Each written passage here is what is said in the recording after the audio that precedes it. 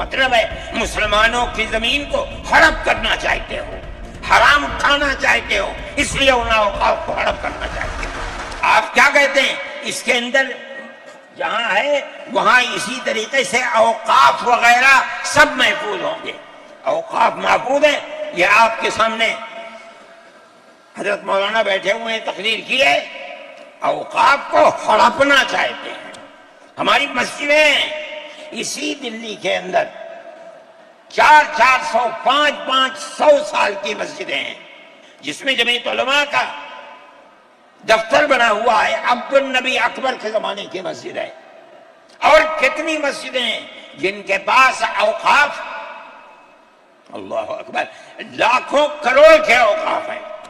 جونپور میں جا کر کے دیکھو کیسی مسجدیں ہیں، دلی کے قرب و جوار میں دیکھو کتنی بڑی بڑی مسجدیں ہیں۔ ہندوستان کا وہ طبقہ جو ان مساجد کے اوقاف کو ہڑپ کرنا چاہتا ہے، کہتا ہے اگر کسی وقف زمین یا مسجد یا کسی بھی چیز کے کاغذات وقف کے نہیں آئے اس کو وقف نہیں مانا جائے گا۔ کون 500 سال پرانے کاغذات لا کر کے پیش کر دے گا؟ قانون یہ تھا کہ جو مسجد بنی ہے، جو وقف پر بنتی ہے وہ وقف ہے۔ آپ کو کیا درد ہے کہ آپ اس اوقاف کو وقف کو ختم کرتے ہیں؟ اس کا مطلب ہے مسلمانوں کی زمین کو ہڑپ کرنا چاہتے ہو، حرام کھانا چاہتے ہو، اس لیے ان اوقاف کو ہڑپ کرنا چاہتے ہو۔ ہم اس کو قبول نہیں کرتے۔ اوقاف ہمارے آباء و اجداد کے کیے ہوئے ہیں، اوقاف اللہ کی ملکیت میں دیے ہوئے ہیں، مسجدیں بنی ہوئی ہیں، آپ ان کی حفاظت کیجئے، اس لیے کہ ہم اس ملک کے رہنے والے ہیں، ہم باہر سے آئے ہوئے نہیں ہیں۔ اگر ہندو گوجر ہے مسلمان بھی گوجر ہے، اگر ہندو جاٹ ہے مسلمان بھی جاٹ ہے، اگر ہندو راجپوت ہے مسلمان بھی راجپوت ہے۔ جاؤ دیکھو کشمیر کے اندر اگر ہندو برہمن ہے مسلمان بھی برہمن ہے۔ ہم اسی ملک کے رہنے والے ہیں۔ کسی کو اچھا لگا یہ مذہب وہ اس مذہب میں چلا گیا، کسی کو یہ مذہب اچھا لگا وہ اس مذہب میں چلا گیا۔ کیا مذہب کی بنیاد پر اس ملک کے اندر آپ ہمیں جینے کا حق نہیں دیں گے؟ ہم اپنے جینے کا حق کو لیں گے۔ آپ نے جس سیاست کو اختیار کیا، آپ 2 الیکشن پہلے دیکھیے کس قوت کے ساتھ بی جے پی آئی تھی۔ آپ نے جس پالیسی کو اختیار کیا، سیکولرزم کو آگ لگانی چاہیے، اس کا نتیجہ اس الیکشن میں کیا ہوا؟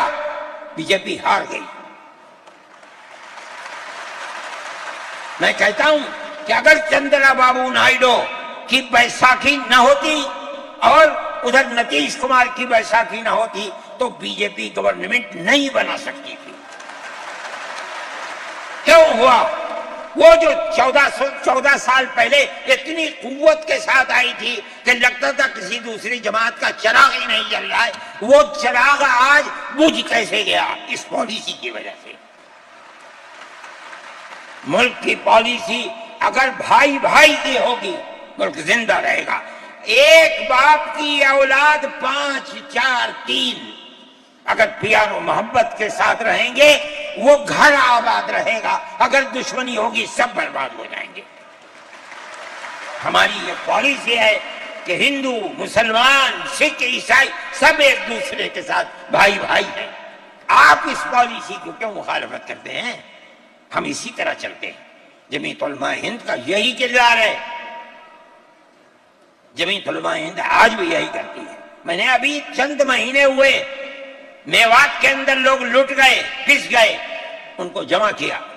ہم نے ان سب کو 1 لاکھ یا 2 لاکھ روپے دیے جا کر کے، مسلمان بھی تھے ہندو بھی تھے، ہم نے ان کو دیا، وہ خوش ہو گئے۔ ہم ہر سال تقریباً 1.5 کروڑ روپے دیتے ہیں بچوں کو جو پڑھنے والے ہوتے ہیں، جو غریب ہوتے ہیں، اونچی تعلیم کے لیے۔ اب آپ دیکھیے جو فرقہ پرست، اور میں کہتا ہوں ببانگ دہل کہتا ہوں کہ آسام کے چیف منسٹر کا کردار بدبودار کردار ہے، خراب کردار ہے، مسلمان کو دفن کرنے کا کردار ہے۔ وہ یہ کہتا ہے کہ آسام کے سوا آسام کے اندر مردم شماری 71 نہیں، جیسے سارے ہندوستان میں 51 ہے، اسی طرح آسام کے اندر بھی 51 ہوگی۔ آپ سمجھتے ہیں اس کا اثر؟ آج اس کا اثر یہ ہوگا کہ اگر 71 ٹوٹ جائے اور 51 پر آ جائے تو آسام کے اندر 1.5 کروڑ بچے اور بڑے سب ہندوستان سے باہر ہو جائیں۔ کہاں جائیں گے؟ صرف مسلمان کی مخالفت، کھانا ہضم نہیں ہوتا ہے بغیر مسلمان کی بربادی کے۔ کوئی نہیں تھا، تنہا جمعیت علماء تھی۔ اس کے اندر بڑا کردار ہے مولانا مشتاق انفر کا، جو جمعیت علماء آسام کے صدر ہیں۔ وہ میرے ساتھ شانہ بشانہ کھڑے رہے اور 12 سال سے زیادہ مقدمہ لڑا، کروڑوں روپیہ اس کے اوپر خرچ کیا گیا۔ یہ خدا کی قدرت ہے۔ آج آیا تو یہ طے کر دیا گیا کہ 51 نہیں، آسام میں 71 ہی بنیاد بنے گا۔ اس کا کیا مطلب ہے؟ کہ آپ نے آسام کی 80 لاکھ کی آبادی کو زندہ کر دیا جو موت کے کنارے پر کھڑی ہوئی تھی۔